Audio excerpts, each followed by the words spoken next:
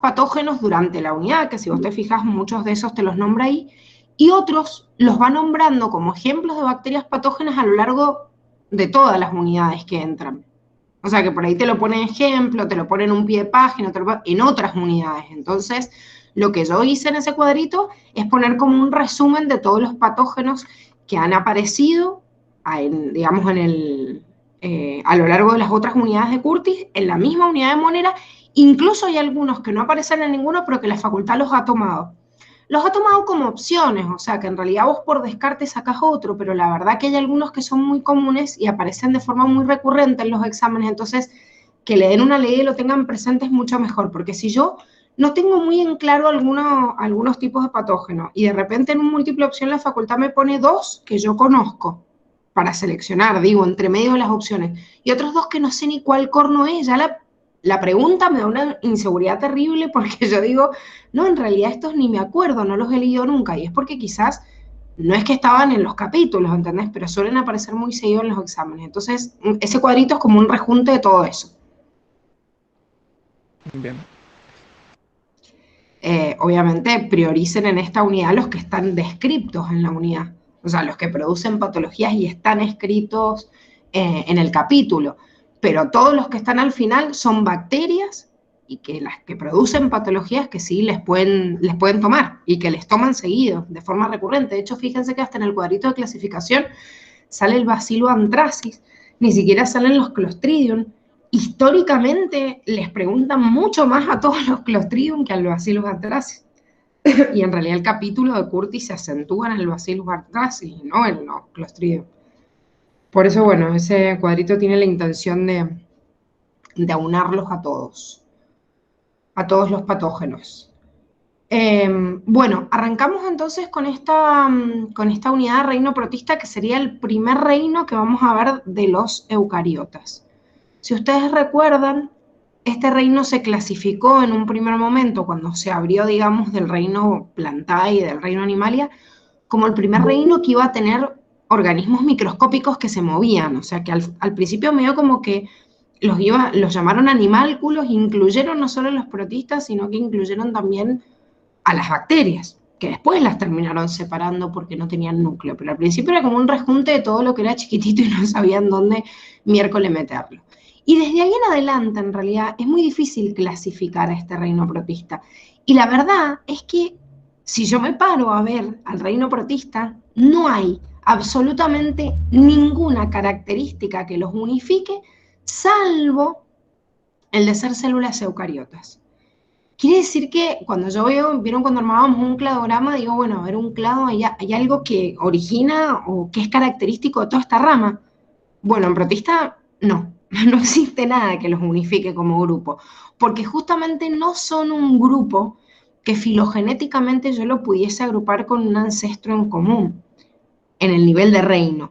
Hoy tendría que dividirlo en un montón de reinos más, porque tienen un origen cada una de las ramas, digamos, posterior al origen de ese protista, o que le llamábamos protista ancestral, que sería la primera célula eucariota, y está lejos ese ancestro anterior de los otros reinos, ¿sí? Del reino fungi, del reino plantada, del reino animalia. De hecho, al principio es como que dijeron, bueno, todo aquello que no llegara a ser un hongo, lo vamos a meter acá, y eran como que en términos generales los llamaban mohos. Entonces los mohos eran aquellos que eran como parecidos a los hongos, pero no llegaban a ser hongos, entonces los metían ahí.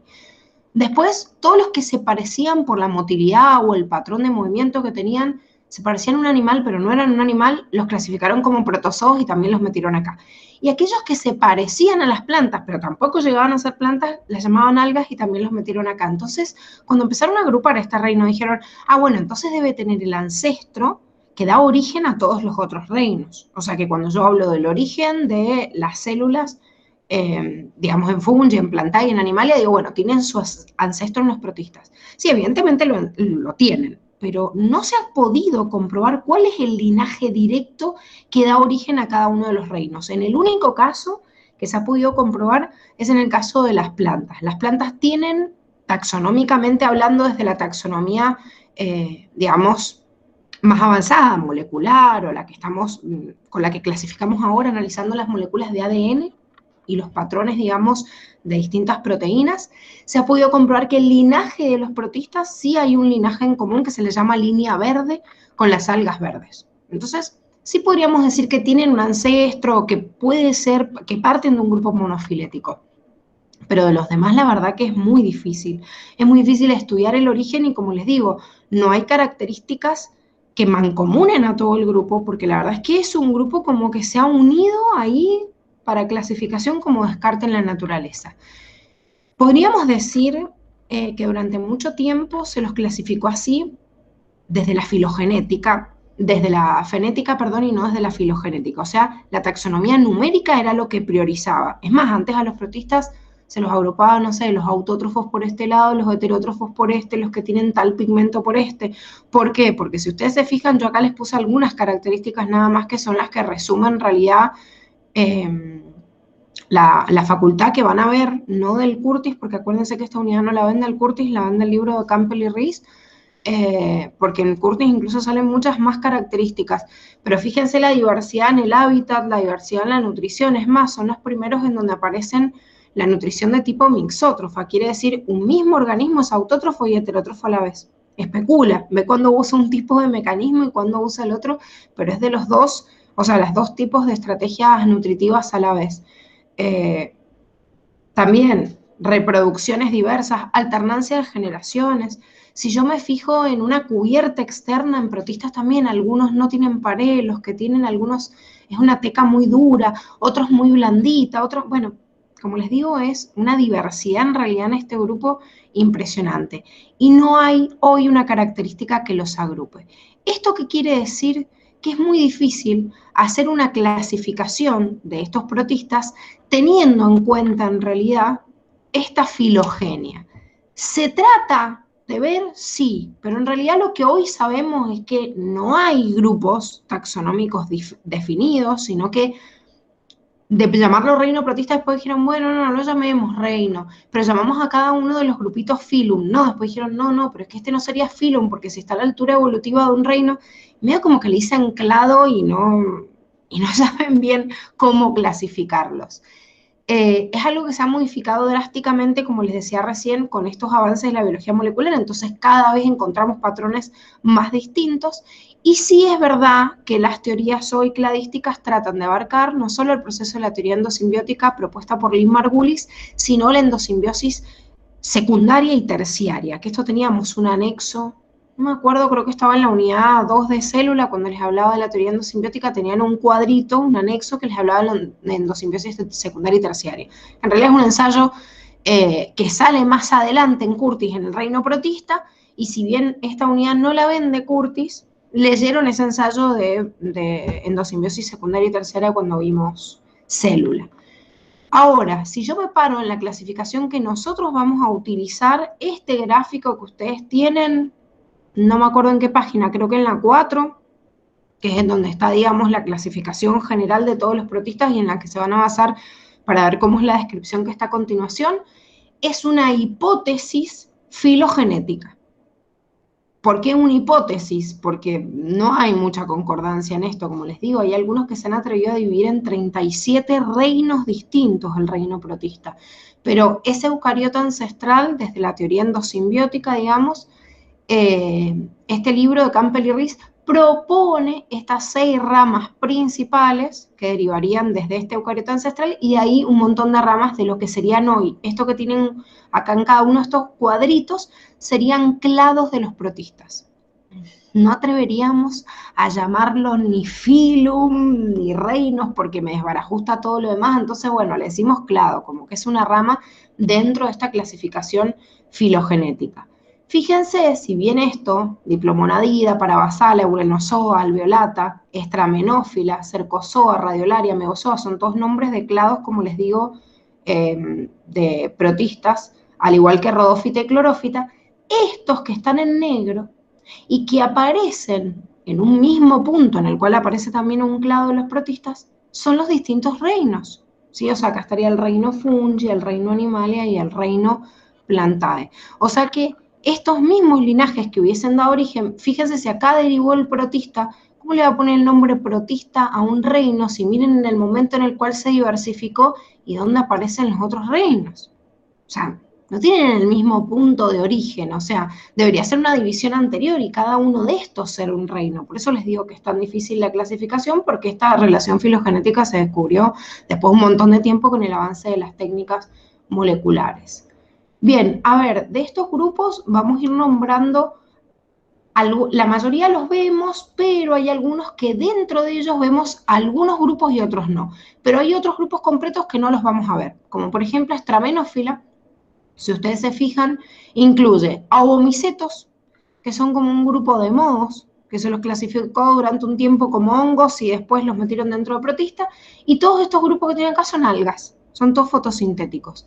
Como estos fotosintéticos igual son de re importancia para el hombre, pero se ve que no para la medicina o en la selección que hizo, la facultad se las sacó a todas, entonces ni siquiera vemos a estos representantes, digamos, que son puramente fotosintéticos. Así que de Stramenófila no vamos a ver absolutamente nada. Lo mismo va a pasar con Cercozoa, que no son todos protistas, pero sí hay algunos que en realidad son de vida libre o son patógenos para otros tipos de animales y no para nosotros, entonces los dejaron, digamos, de lado, y a Radiolaria lo mismo. O sea que ya fíjense que toda esta clasificación ustedes la tienen que estudiar, ¿eh? O sea, el esquema general, porque me pueden nombrar, no sé, un clado de Stramenófila y a quién incluye, porque este cuadrito lo saca la facultad y les dice, tengo que estudiar la clasificación de los protistas acá. Pero el interior, por ejemplo, de estos tres clados, no los vemos. Y lo mismo me pasa con estos que también son fotosintéticos porque son algas. En las rodófitas están las algas rojas y en las clorofitas están las algas verdes. En cualquiera de estos dos aparecen también protistas, entonces tampoco lo vemos. Esta es la línea verde que yo les digo que hubiese dado origen, ¿sí? O sea, después se divide obviamente un grupo de las algas verdes, pero que hubiese dado origen el ancestro común a la división de las algas verdes y de lo que hoy es el reino Plantae. Entonces, sí podríamos comprobar un ancestro en común. Y de la misma manera se está estudiando, yo acá no se los puse porque ni siquiera figuran en el cuadernillo como punto final y no se llaman de esa forma, pero sí el ancestro más cercano en la evolución de los animales son un grupo de protistas que se llaman coanoflagelados. Estos coanoflagelados son como es un organismo unicelular, de forma ovoidea, que tiene como todo en el extremo, una peluca, digamos, de flagelos que se mueven hacia el mismo lugar y que me hacen acordar mucho una célula que está en el tapiz interno de las esponjas, que son los animales más sencillos que hay, que se llaman coanocitos, que de hecho ese nombre de coanocitos se lo deben a los coanoflagelados. Este es como el ancestro, digamos, más cercano, pero fíjense que incluso tienen un ancestro en común los hongos con los animales, ¿sí? Mucho más cercano que con las plantas, que sin embargo cuando los clasificamos, las plantas son los únicos pluricelulares, complejos como los animales, y pensamos que por ahí requieren de un poco más de evolución, y sin embargo, en realidad se originaron, si ustedes se fijan, el origen de los hongos mucho anterior, pero me da el pie a los animales antes de que se diversificaran las plantas. ¿Alguna duda con este esquema general? No, hasta ahora no. Bueno, esto, hacerse un dibujito también, como el nombre de las bacterias, que me tengo que andar aprendiendo un montón de cosas, casi como de memoria, porque en realidad no, la clasificación que ustedes tienen acá es una clasificación que si ustedes googlean van a encontrar 10.000 distintas. Es más, si se confunden y ven esta unidad de Curtis, también se van a confundir porque no tienen la misma clasificación. Como les digo, tienen que basarse en la clasificación que les da la Facu porque varía un montón. Bueno, vamos a empezar entonces con la clasificación y nos vamos a meter en cada uno de los grupos que la Facu les pida dentro de esta gran clasificación que tienen entonces en la página 4, ese mismo esquemita, y vamos a ir abriendo cada uno de ellos de los que sí vamos a desarrollar. El primer grupo que tenía un ancestro común entre ambos, era Diplomonadidae y Parabasala. Diplomonadidae y Parabasala comparten algunas características en común y se diferencian por otras. Entonces, lo primero que hacemos es partir de las características en común de estos dos clados.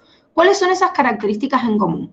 Primero, son todos heterótrofos unicelulares. Eso quiere decir que no hay ninguno productor y todos son unicelulares. Cuando ustedes empiecen a, digamos, a estudiar a todos los protistas y a todos los grupos, la verdad es que van a llegar al final y van a decir, no me acuerdo de haber visto muchos pluricelulares. La verdad que la mayoría de los pluricelulares están dentro de los autótrofos, entonces son los grupos que ustedes no ven.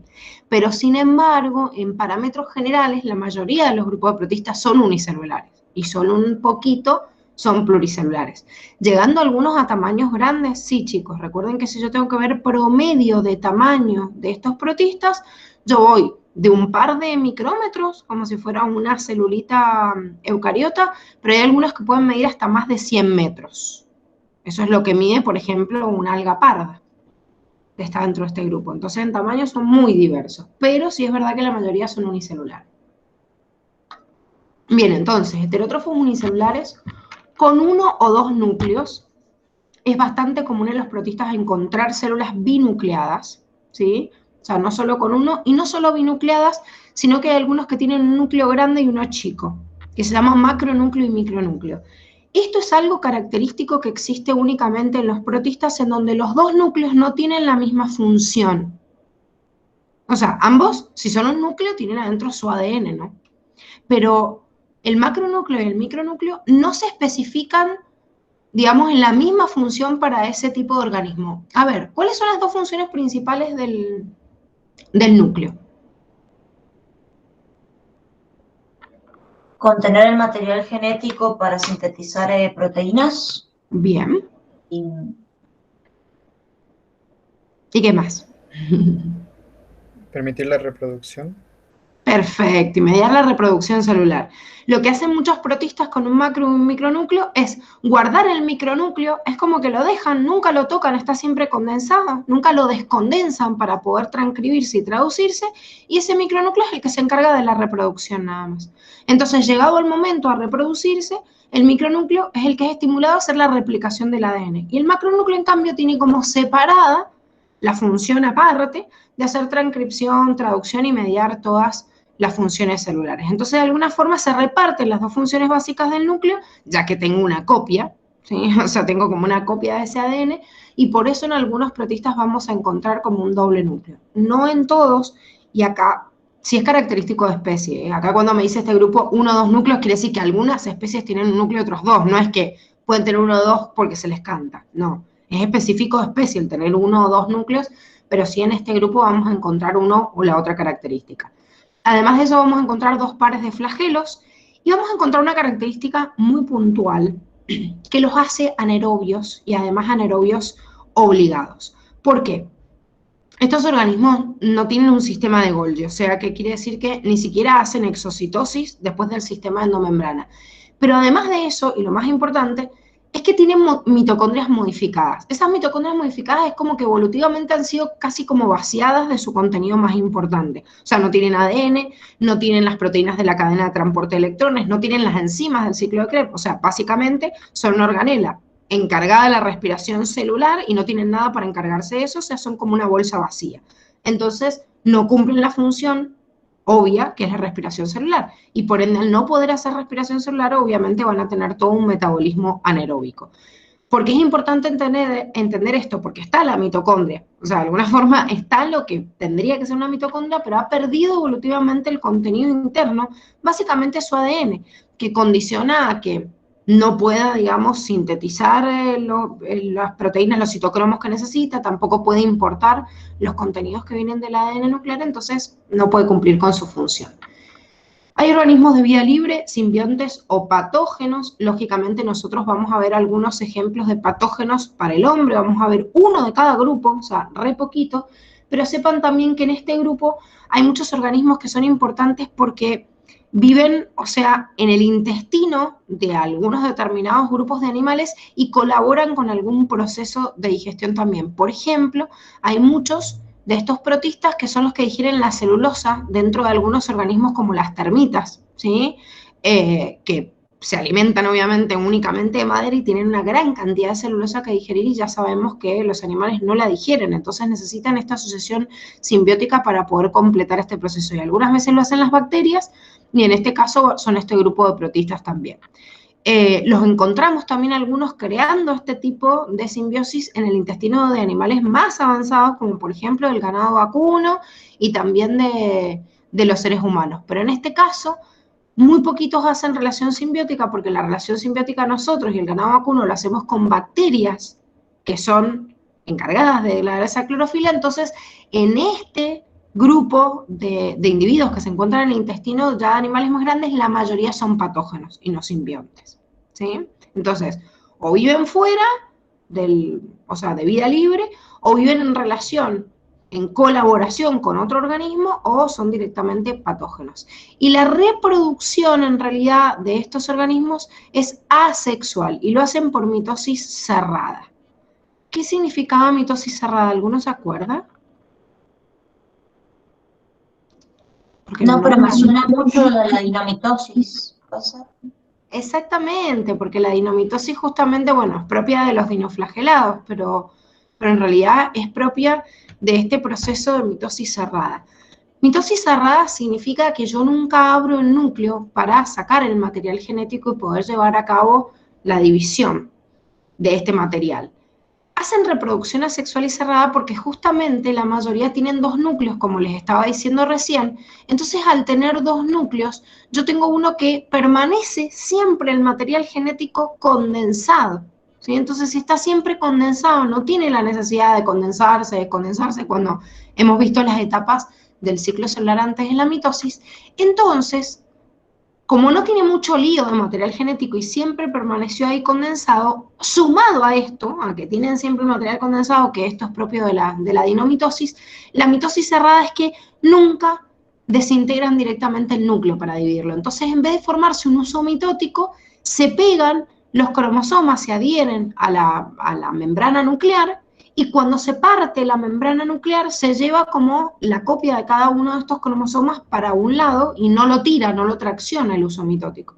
O sea, no se arma uso mitótico. Serían grupos en los cuales existen excepciones de organismos que hacen formación de uso mitótico. Esto también lo vimos en mitosis. En mitosis dijimos, todos los eucariotas forman uso mitótico y habían un par de excepciones que el Curtis les nombraba en ese capítulo puntualmente, pero a lo largo de la división y de los reinos, por ahí encontramos un par de excepciones más a esta formación. Obviamente, son muy poquitos grupos de organismos en comparación de todos los que existen, así que seguimos considerando que lo más importante es la formación del uso mitótico para llevar a cabo la división de los cromosomas. Gise, una pregunta, o sea que uno de los núcleos está como condensado y el otro no. Depende, porque hay algunos que tienen un núcleo y otros que no. Entonces, por ahí si tenés uno solo, bueno, quizás se tiene que condensar el material genético. Digo que en la mayoría que tienen dos núcleos es más fácil hacer esto, pero no es que mitosis cerrada es que se le llame porque tienen dos núcleos. Mitosis cerrada es que se divide el material genético, o sea, se fracciona el material genético sin desintegrarse la envoltura nuclear. Y sin formarse, obviamente, el uso mitótico, porque en realidad es la membrana nuclear la que tracciona. Entonces, en esta mitosis cerrada es más fácil hacer mitosis cerrada cuando hay dos núcleos, ¿sí? Pero como te digo, no todos los organismos de este grupo tienen dos núcleos. ¿Se entiende? Sí, se entiende, gracias. Y nada.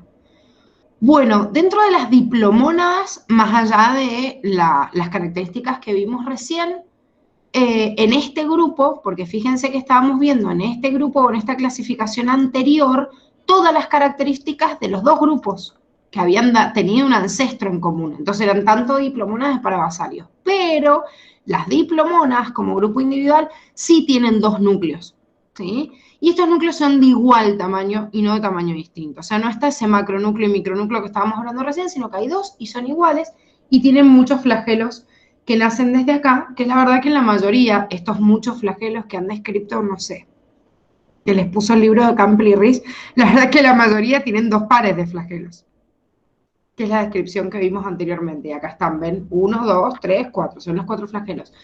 Este parásito, la diplomona, cuando yo la veo, digamos, cuando yo la observo al microscopio, muchas veces se ve muy bonita porque aparece, bueno, miren, yo les muestro la imagen que viene, si hablemos de las características, obviamente acá hay una representación exagerada de lo que sería, pero ven que se ven que tienen como dos ojitos, porque encima tienen tan regulares los núcleos, que entre el núcleo y el nucleolo, cuando yo los veo al microscopio de esta forma, depende del tipo de tinción que hagan, parece como que como que tuvieran dos ojitos. Lo que estamos viendo acá es una diplomona específica, que es la que tienen ustedes que conocer, que es Giardia intestinalis. Se la llamó durante un tiempo Giardia lamblia, o sea que si encuentra la palabra Giardia lamblia sería como lo mismo, pero nada más que es un nombre más viejo. Hoy se la conoce como Giardia intestinalis. Y este ejemplo que vemos de diplomonadas es un parásito que habita en el intestino de mamíferos y dentro de todo eso también nuestro. ¿Cómo entra Giardia intestinalis a nuestro cuerpo? Bebiendo agua contaminada. ¿Por qué? Y bueno, no sé, puede estar contaminada por materia fecal que tenga huevos de esa Giardia intestinalis, o sea, digamos, o porque, no sé, los niños por ahí es bastante común, tienen las manos sucias, o sea, de haber tocado y se han contaminado con esos quistes de Giardia intestinalis y se lo mandan a la boca, lo que sea, el contacto fecal oral, ¿sí? ¿Y qué hace Giardia intestinalis? Produce una patología que se llama giardiasis. La giardiasis es una diarrea muy intensa, como si yo tuviera una gastroenteritis, lo que pasa que no cede, ¿sí? No se regulariza, como por ahí si tengo una diarrea por Escherichia coli que hasta sin tomar antibióticos, por ahí mi propio cuerpo vuelve a restablecer la flora normal. Esto no mejora y a veces si este cuadro empeora, empeora y empeora, obviamente puede llevar a la deshidratación grave de la persona, puede llevar a la muerte. Y acá tienen entonces el ciclo para que vean. No tiene un huésped intermediario, que es muy común en los protistas. En Giardia intestinales tengo un único huésped.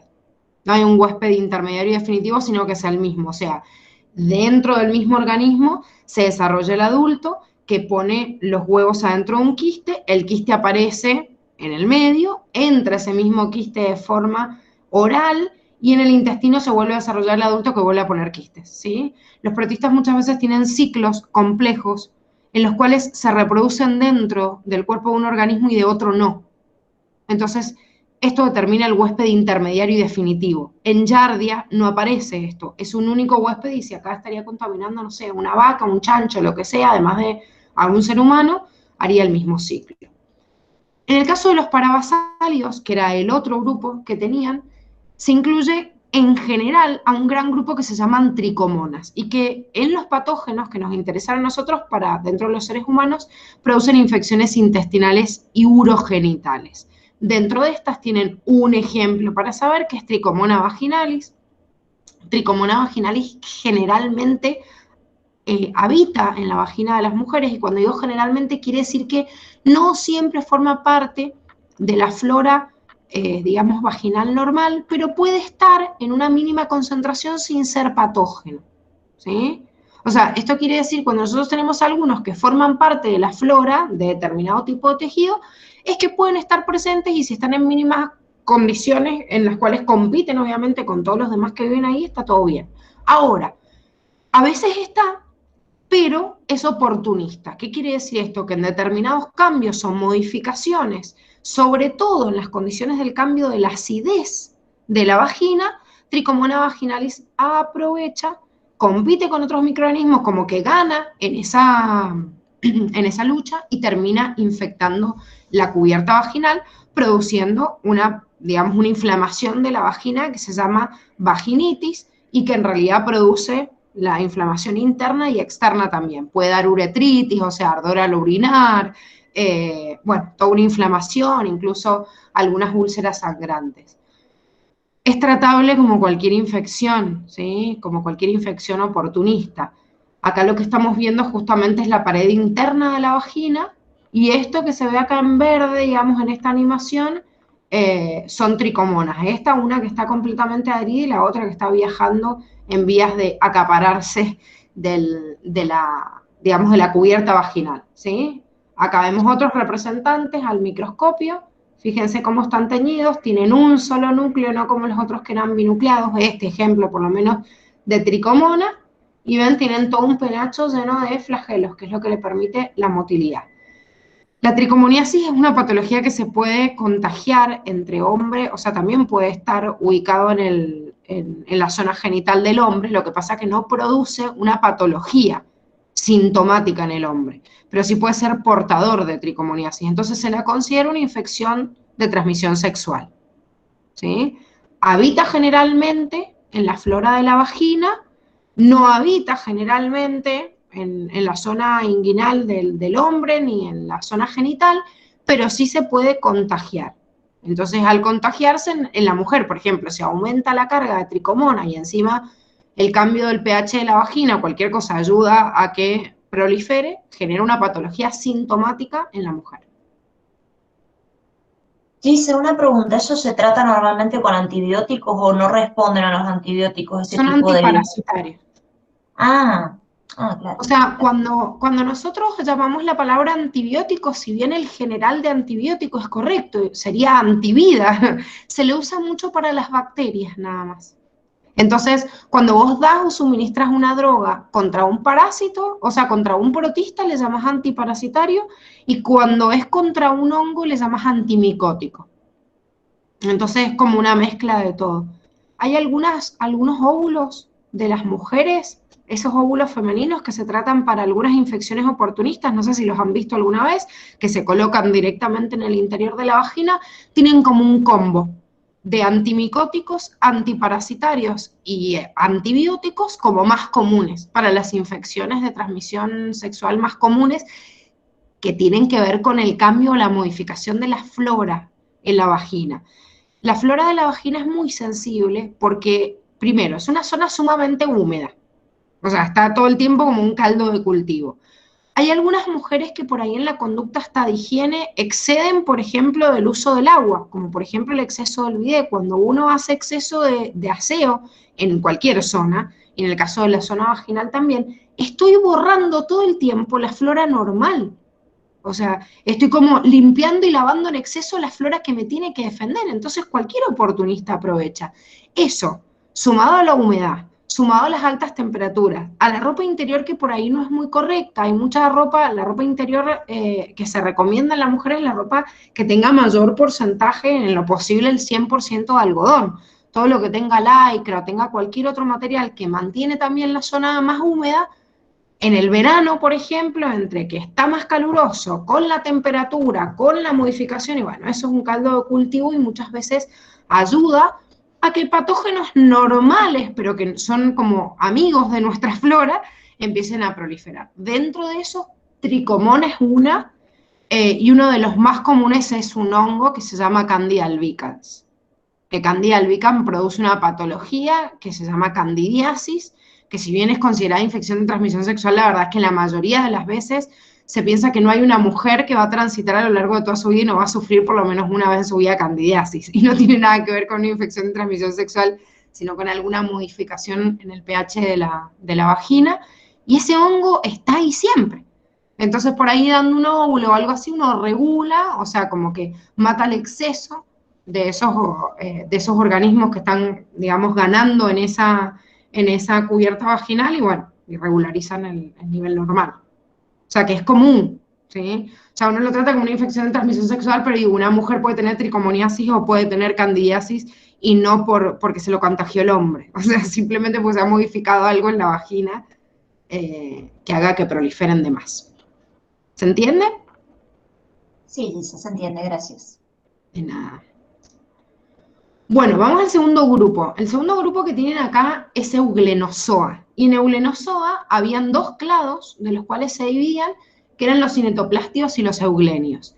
Es importante que sepan que los euglenios están acá porque son tan importantes los euglenios. De hecho, hay un representante dentro de los euglenios que se llama Euglena, y la euglena es la estrella de este grupo que incluso le ha dado el nombre Euglenozoa. Entonces, es importante que esté como principal.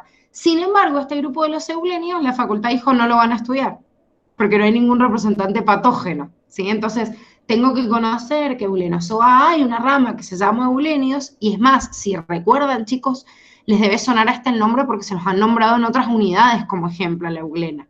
Así como vieron en algunas unidades han aparecido, qué es eso, el paramecium. Vieron que el paramecium lo venimos viendo, la vacuola contráctil, y lo venimos viendo en otras unidades, digamos, como ejemplo, en ecología aparecían, bueno, hay protistas que por ahí son nombrados en otras unidades porque son de vía libre y son muy estudiados, bueno, Euglena es un ejemplo. Está en este grupo, pero no lo vamos a estudiar nada más a los cinetoplástidos nosotros dentro de este grupo. ¿Qué pasa con todo Euglenozoa? También son todos heterótrofos unicelulares, algunos predadores, ¿sí? algunos que hacen como segunda función la autotrofia y lo hacen a través de fotosíntesis, y algunos que viven siendo parásitos, ¿sí? O sea que si yo voy a buscar en nutrición la característica fundamental, son heterótrofos, pero algunos pueden hacer este soporte fotosintético. De hecho, la eulena misma que les estaba nombrando recién es mixótrofa. Quiere decir que es heterótrofa, pero tiene un grupo de pigmentos, entonces si le pinta alguna vez o no encuentra la suficiente cantidad de nutrientes, hace fotosíntesis. O sea, es como que tienen las dos formas metabólicas juntas.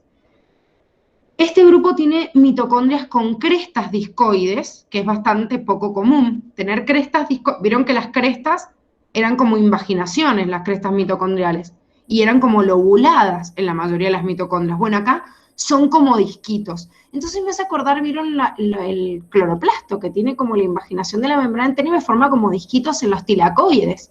O sea, eso es como, digamos, en forma de disco. Bueno, acá en las mitocondrias yo encuentro estas crestas de esta forma. Al principio se pensaron que eran cloroplastos y no, descubrieron que eran mitocondrias, pero tienen una forma bastante rara, entonces es algo característico en el interior de la célula. Además de eso, tienen una membrana rodeada por una película proteica, ¿sí? Que eso también es poco común porque está ubicado obviamente en este grupo nada más, y tienen, en el caso de los que son flagelados, un bastón helicoidal que está dentro del flagelo. O sea, en vez de tener esta estructura 9+2 de los microtúbulos, tiene como un bastón que hace todo un resortito, ¿sí? Como una espiroqueta, digamos, una cuestión así, adentro de los flagelos. Más allá de eso, que lo vamos a ver específicamente muchos de estos grupos, sí les puse un ejemplo del grupo que vamos a ver nosotros dentro de estos de Eulenozoa, que sí vamos a ver que son los cinetoplástidos, ¿sí? Fíjense, este es el ejemplo de un cinetoplasto donde yo puedo ver, primero en clasificación, digamos, en características general de un cinetoplástido, me dice, la mayoría son parásitos, ¿sí? De vía libre, algunos. O sea, la mayoría van adentro de los organismos y parasitan ahí. Y solo un poquito de ellos son de vía libre y siempre acuáticos. Tienen una sola mitocondria que se llama cinetoplasto, ¿sí? Y encima es como alargada y en forma de túbulo. Esto que están viendo acá, chicos, todo esto que arrastra acá de color medio rosado, es la mitocondria, ¿sí? Que se llama cinetoplasto. ¿Ven? De una forma tubular que cubre todo, casi todo el citoplasma de la célula, por lo menos en toda su dirección. Tiene gran cantidad de ADN y proteínas asociadas y además la mitocondria es importante para brindar la energía que tiene justamente el flagelo. Este es el flagelo que están viendo y acá adentro, que se ve en naranja, estaría como esta forma helicoidal que va por dentro del flagelo, que es característico también de este grupo. Generalmente este grupo tiene 1 o 2 flagelos y cuando tiene 2 flagelos, la mayoría de las veces tiene uno así, como ven acá, y el otro sale desde el otro polo y hace esto. ¿Ven esto que se ve acá? Todo como un flequillo, así como una membrana ondulante se le llama, viene desde un extremo y se repliega todo hacia afuera. O sea, tiene 2 flagelos, uno en cada punta, uno que le sirve de colita, y el que está en la cabeza hace esto, da toda la vuelta y hace una membranita y va para atrás también. O sea, que los dos se dirigen hacia atrás, pero hay uno que nació desde acá. ¿Ven? Desde donde dice cuerpo basal del flagelo. Sale uno de la cara anterior y la otra de la cara posterior, pero ambos se dirigen obviamente hacia la misma zona para dirigir, o sea, el movimiento de este protista, ¿sí? Por eso les dice que tiene membrana ondulatoria, es solo de este flagelo anterior. Y en cuanto a la reproducción, la mayoría se reproducen de forma asexual, o sea, por fisión binaria, y solo algunos van a hacer reproducción sexual a través de singamia. Dentro de este grupo de los cinetoplástidos tenemos que conocer por lo menos a 2 representantes. Uno de ellos es Leishmania. No me piden de Leishmania que sepa específicamente alguna especie, pero sí el género de Leishmania, que es este parásito que ustedes están visualizando acá. No se le nota tanto esta membrana ondulante como a otros que vamos a ver, y produce una patología que se llama leishmaniasis o leishmaniosis, o sea, con A final o con O, cualquiera de los dos son sinónimos, o de la traducción al latín en que los dos se los pueden poner de una forma u otra. ¿Qué hace Leishmania? Leishmania llega a un huésped intermediario y de ese huésped intermediario después llega al definitivo. Nosotros somos huéspedes definitivos de Leishmania. ¿Qué quiere decir eso? Que hay un huésped intermediario anterior que lo transmite en donde vivió una parte de su ciclo vital y que lo completa en el huésped definitivo. Cuando sucede esto y cuando el individuo, que es un huésped intermediario, también es como alguien que nos viene a atacar, porque, a ver, hay parasitosis, como vamos a ver ejemplos, que el huésped intermediario es otro mamífero. Y de repente yo me contagié porque me lo morfé. O sea, estoy haciendo algo como una relación, digamos, dentro de la cadena trófica. En este también hay esta relación, pero cuando ese organismo es un vector y no o sea, yo no soy, digamos, el depredador, sino que él también me viene a depredar a mí, aunque en una relación obviamente de ectoparasitosis, como lo es un insecto hematófago, llamamos a ese organismo vector, que es el huésped intermediario de este organismo y es el vector que transmite la patología, digamos, hacia nosotros. O sea, Leishmania no tendría forma de llegar hacia nosotros porque Leishmania tiene que entrar para cumplir la fase final en nosotros a la sangre. Entonces, uno no anda buscando Leishmania y metiéndoselo en la sangre, o sea, no se contagiaría, o sea, tendría que estar, no sé, en una transfusión sanguínea contaminada, o sea, es ridículo, no tenemos forma. Entonces, estas patologías en las cuales me va a llegar el parásito, pero por vía sanguínea, es porque en realidad hay una transmisión a través de un vector. En este caso, el vector es un mosquito y, por ejemplo, Leishmania es transmitido por mosquitos del género Phlebotomus y Lutzomia. Estos dos géneros son los más comunes de mosquitos hematófagos que vienen, me pican y al picarme me pasan hacia la sangre los representantes de Leishmania. Generalmente lo que hace Leishmania es acumularse, o sea, hace una parte en el ciclo digestivo del mosquito y después vuelve a subir a las glándulas salivales. Entonces, cuando el mosquito nos está picando, desde la misma saliva, o sea, al picar, va como liberando parte de esta Leishmania y por eso ingresa a nuestro torrente sanguíneo. Leishmania puede dar dos tipos de patología. Una que afecte únicamente la piel, que produce como cuadro grave una úlcera cutánea, pero produce toda una lesión a lo largo de la piel, pero en cuadros más graves en los que entra una gran cantidad de Leishmania se va hacia las vísceras y en las vísceras va a producir inflamación de muchas de ellas, como por ejemplo del hígado, del vaso, ¿sí? Como tiene acá inflamación hepática o esplénica, y además de eso empieza a afectar incluso a los ganglios linfáticos. Entonces, al afectar al sistema inmunitario, imagínense que podemos tener complicaciones como en cualquier patología en la cual se afecta el sistema inmunológico, puede tener una inmunodepresión y se puede terminar muriendo de cualquier cosa esta persona, ¿sí? Entonces, es bastante grave en ese sentido. El otro representante o el otro grupo del género que va a estar dentro de los cinetoplástidos son los tripanosomas. El tripanosoma se ve de esta manera, fíjense que ya es mucho más notoria la membrana ondulante que tiene, ¿sí? Y acá vemos los dos flagelos como salen desde un extremo. Este tripanosoma está colocado en realidad sobre un frotis de sangre, o sea, esto que ustedes ven flotando acá son glóbulos rojos, ¿sí? Entonces en una muestra de sangre se ven toda esta cantidad de parásitos. También obviamente lo voy a encontrar en sangre y me pasa lo mismo que con Leishmania. ¿Cómo llega tripanosoma a mi sangre? Y llega a través de un vector, porque el vector es el que se transmite de forma fecal-oral, o sea, él, digamos, chupa los huevos, pero tripanosoma como parásito va a ingresar y va a llevar su vida adulta dentro del huésped definitivo que somos nosotros, pero no puede ingresar por boca. O sea, si yo me comería un tripanosoma de la misma forma que se lo come un mosquito hematófago, lo voy a terminar degradando con el ácido que tengo en el estómago. Entonces, no entraría por esa vía en nosotros. O sea, nosotros no podemos cumplir la vía de huésped, digamos, intermediario. Pero sí definitivo si ingresó por sangre. Acá vamos a tener que estudiar 3 ejemplos de tripanosoma.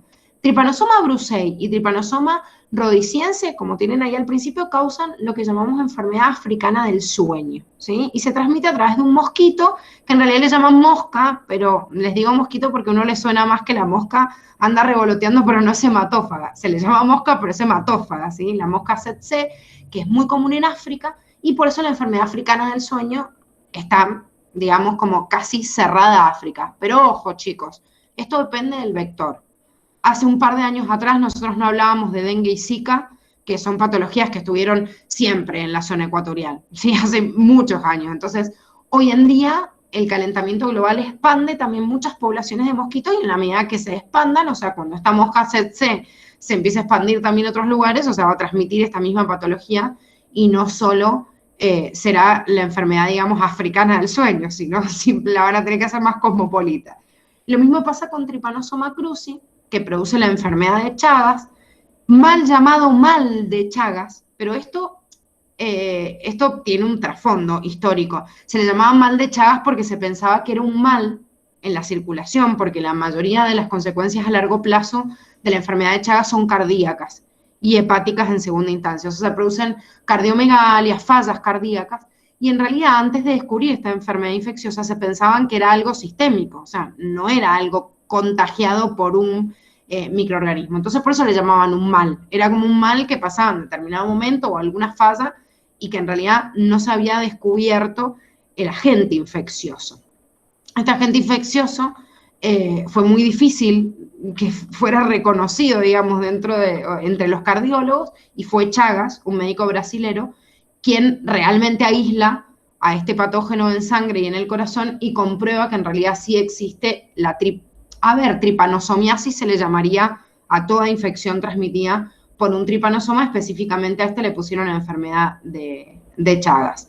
Y si bien existen muchos insectos hematófagos, o sea, que transmiten de la misma forma que hay moscas y mosquitos, el más común en el caso de la enfermedad de Chagas es la vinchuca. Existen 4 especies de vinchucas que son conocidos como los representantes vectores de Trypanosoma cruzi, que son Triatoma infestan, Rhodinus prolixis, Triatoma dimidiata, que es más común incluso que la otra, y Panthrogylus megistus. Yo les digo que acá está como casi restringido Triatoma infestan. Por eso si ustedes alguna vez deben haber visto enfermedad de Chagas en la escuela o no, primaria, secundaria, ¿no?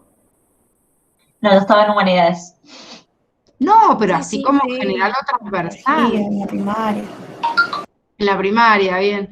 Bueno, saben que se ponen de moda algunas campañas dependiendo de algunas enfermedades infecciosas. Yo me acuerdo grandes campañas como esta, o sea, yo me pasé toda la primaria, o sea, viendo todos los años, era como el boom enfermedades de Chagas. También me acuerdo de la etapa en la cual se hizo boom y explosiva algunas enfermedades infecciosas como el HIV, entonces toda la campaña del HIV, bueno, hay campañas que se hacen, que uno conoce como patologías más generales y otras más endémicas, gracias a la publicidad, obviamente, que hace el gobierno para promocionar, ir en contra de una patología. Es muy importante conocer la enfermedad de Chagas y es muy importante que se los den, por eso les digo desde la escuela, porque es muy común esto. O sea, no es que, bueno, es una patología más. No, chicos, les estoy diciendo que cuando ustedes estén como residentes médicos, incluso cursando quizás relación médico-paciente en segundo o tercer año, van a ir a una salita, a un centro de salud y van a tener, no sé, que el 50% de los viejitos que van ahí a hacerse controles cardiológicos son Chagas positivos. Y en algunas zonas hasta el 80%. O sea, les estoy hablando que hay 2 o 3 personas que tienen Chagas positivos. O sea, es muy común. Y en realidad es muy común porque en donde haya vinchucas, ¿sí?, va a haber obviamente posibilidad de que exista, por ejemplo, Trypanosoma cruzi. Por eso en realidad se piensa que la erradicación de los vectores en estas patologías es la solución. Yo nunca voy a hacer desaparecer a Trypanosoma brucei o a Trypanosoma cruzi o a Leishmania, pero sí se hacen controles sobre la mosca tsetse, sobre la vinchuca, sobre, qué sé yo, cualquier tipo de mosquito que sea vector, porque no es que toda la vinchuca que yo encuentre va a tener adentro Trypanosoma cruzi. Pero por eso es tan importante y se siguen haciendo campañas para que uno, si tiene digamos, los síntomas básicos de la enfermedad de Chagas, no solo consulta al médico, sino trate de localizar la vinchuca y si encuentra la vinchuca, llevarla viva a analizar, ¿sí? No solo desinfectan la casa hoy los municipios, o sea, tienen la obligación de hacerlo, sino que hay dentro de los municipios un apartado que se encargan de las enfermedades de Chagas y llevan a analizar justamente esta vinchuca para ver si tiene presencia o no de Trypanosoma cruzi. ¿Esto por qué se debe? Porque Massa, un médico argentino, mucho después de que fuera descrita esta enfermedad de Chagas, hace como todo un estudio en la Argentina, que hay una película de esto que se llama Casas de Fuego, no sé si la han visto, si no, véanla porque es bastante interesante, sobre todo la historia de Trypanosoma cruzi. Y lo que hace en realidad Massa es descubrir una cura para esta enfermedad, pero solo en la fase aguda. O sea que por eso es tan importante. Yo encuentro ese ojo en compota, todo morado, que se llama signo de Romaña. Si yo encuentro la lesión y voy y llevo a analizar y se comprueba en realidad que está Trypanosoma cruzi, se puede hacer un tratamiento para que la enfermedad no llegue a largo plazo. O sea, cuando se hace crónica ya fueron. O sea, no tengo, obviamente el ojo en compota y toda digamos, por la picadura del insecto, se va a la miércoles. El tema es que Trypanosoma cruzi se va al corazón y empieza a sacar copias en el corazón y ya el corazón nadie lo va a borrar. O sea, va a empezar a generar, como les dije, una de las primeras consecuencias que son, o sea, cardiopatías, productos de este agrandamiento del corazón y deformación de la pared. Bien, si bien acá yo les mostré, no es que tienen que saber todo, yo les he puesto como ejemplos en cada uno de los patógenos el ciclo vital, pero no es que tengan que saberse los ciclos vitales de todos, siempre básense en lo que está en el cuadernillo, pero yo siempre les pongo un dibujito para que ustedes traten de entender qué es lo que pasa o cómo cumple dos ciclos.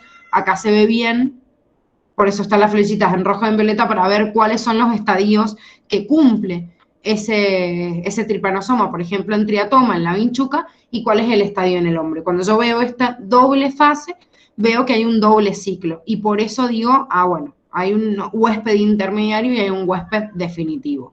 Fíjense, en el triatoma es una fase en la cual se van a reproducir o van a poder en realidad digamos, crecer dentro del intestino, en cambio en nosotros entra por sangre.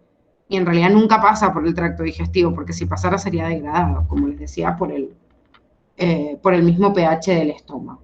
¿Sí? Bueno, ¿cómo vamos hasta acá? Sí.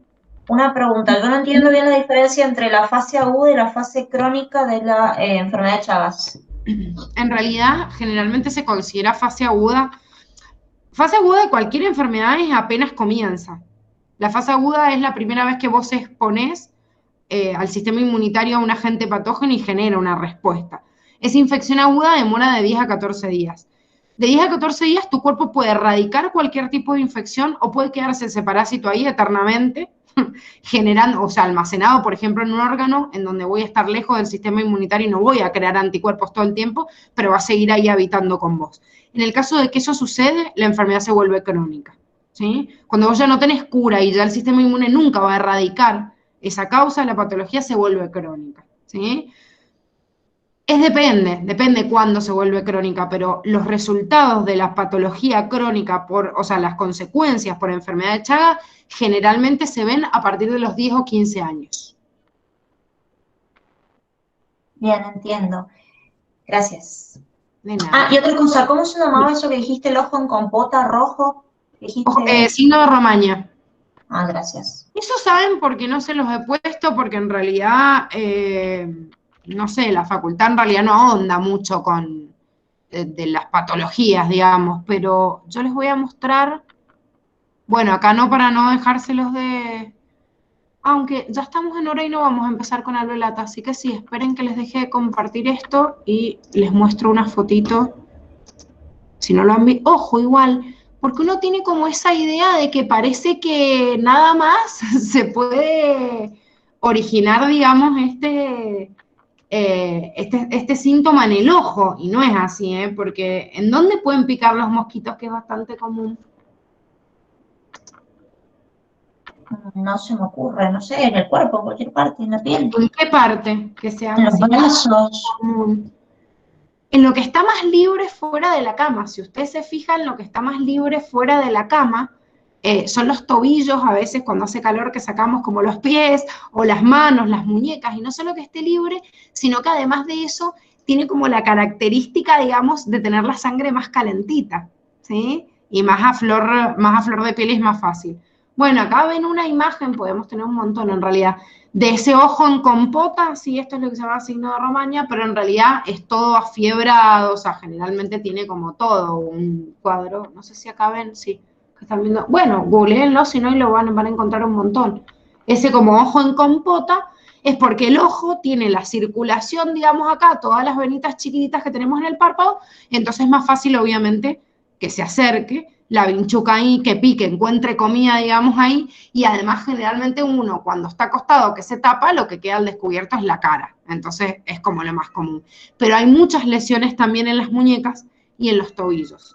Esta película que les digo, que me parece como sumamente interesante que la vean para ver si alguna vez están al pedo, la verdad que no sé en qué, es vieja la peli, así que no sé, no creo que estén ni en Netflix, no sé dónde, pero pueden ver cómo en realidad no es solo el signo de Romaña, sino hay un montón de signos característicos que se van documentando en distintos casos de, bueno, cuando más hace todo este recorrido. De hecho, pone como un consultorio ambulante en un trencito en la zona de Jujuy, de Formosa, entonces va viajando, que bueno, pobre, Massa se termina muriendo obviamente de Chagas, su mujer también y todo el mundo, estaban rodeados ahí de ranchos y de vinchucas por todos lados.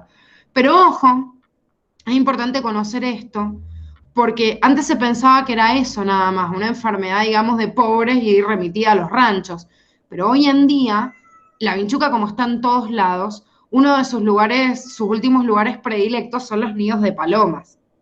O sea, todo lo que es un, todo lo que es un huequito, o sea, una pared de adobe como era antes, un techo de paja o cualquier, como las construcciones de la mayoría de las escuelas también que siguen montadas ahora en pie, que llevan como 100 o 200 años, tienen rincones que están llenos, llenos de vinchucas.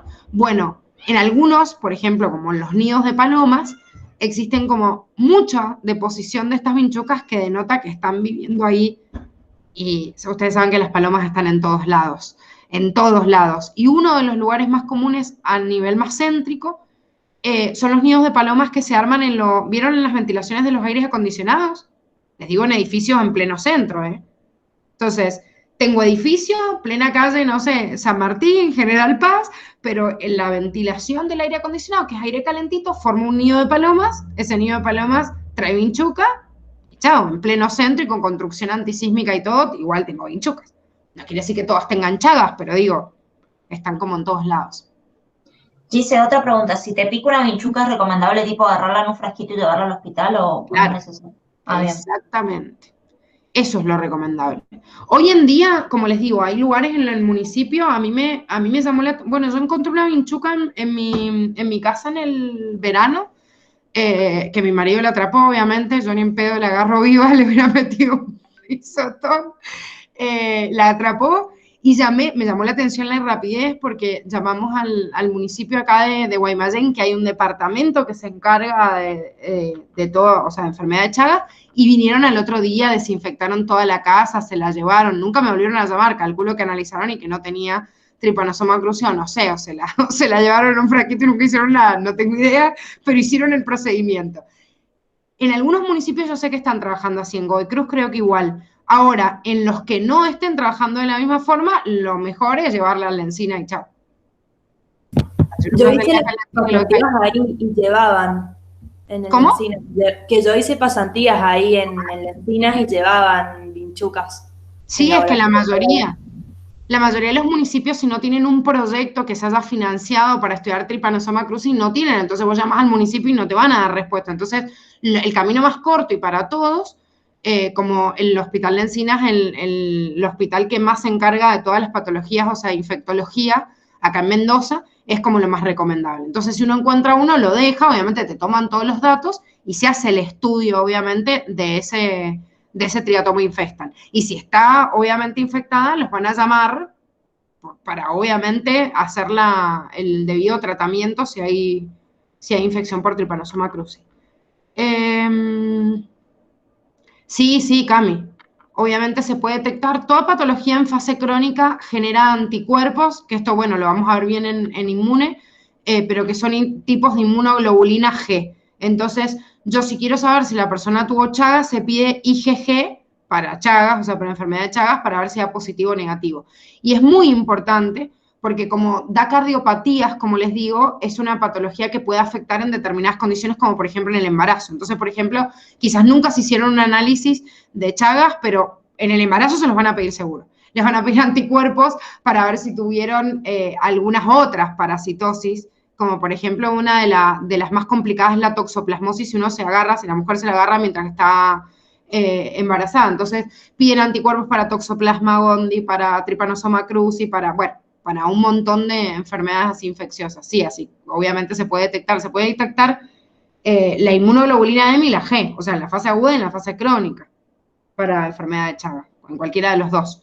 Pero siempre es más fácil, antes de ponerme a hacer IgM en cada uno, y si no ha subido una cierta cantidad porque no tengo signos, por eso es más fácil llevar la vinchuca, porque si la vinchuca llega a dar positivo, y bueno, tengo que hacer un análisis de anticuerpos a toda la familia, porque quizás alguno del signo de Romaña no fue tan notorio, pero quizás picó a otro de la familia. Aparte se considera que si una vinchuca está infectada, infectó a otras también, y cualquiera de los de la familia puede haber sido picado sin darse cuenta en otro momento, porque la vinchuca, o sea, se alimenta e inmediatamente defeca en la herida y una microlesión puede introducirlo. A veces uno se rasca la picadura dormido y esa microlesión alcanza para que se meta el bicho. Y quizás hizo una puerta de entrada como en la muñeca o como el tobillo, y una persona lo pasó desapercibido como si fuera la picadura o de una araña o de otro bicho y no de una vinchuca. O sea, nos puede pasar si cuando te pica algo no sabes qué carajo te picó. Es como que el síndrome de Romaña en el ojo es bastante notorio, pero la verdad es que puede picar también en otra parte del cuerpo. Bueno, ¿alguna duda, chicos? ¿Pregunta, consulta? No, gracias. No, Gise. Ah, bien, porque mi mamá una vez le dio... Y qué raro que las hago positivas después negativas. Y sí, por ahí fue un error al principio en el reactivo y lo tendría que volver a repetir, Cami. Sí, pero igual hay que ver, quizás no en su casa, pero tu mamá quizás le dio positivo desde antes. Habría que ver, antes no eran muy comunes, chicos, las construcciones antisísmicas y las casas estaban como bastante llenas de vinchuca. Mi vieja, por ejemplo, es Chagas positivo, mi abuela era Chagas positivo, o sea, les estoy hablando antes del terremoto del 85, o sea, la mayoría de las casas, las construcciones eran de adobe, estaba lleno de vinchucas, o sea, era muy común que hubieran vinchucas por todos lados, entonces había mucha gente que tenía, y gente más joven también, les digo, es mucho más común de lo que parece. Así que es importante como futuros médicos que conozcan la persona con Chagas porque se van a encontrar con un montón de pacientes con cardiopatías por Chagas positivo. Bueno, nos encontramos mañana y terminamos con esta unidad de protistas, ¿sí? Ok, Gise, nos vemos. Gracias, Gise. Gracias. Nos vemos, suerte. Chao, Jessy, gracias. Chao, chao.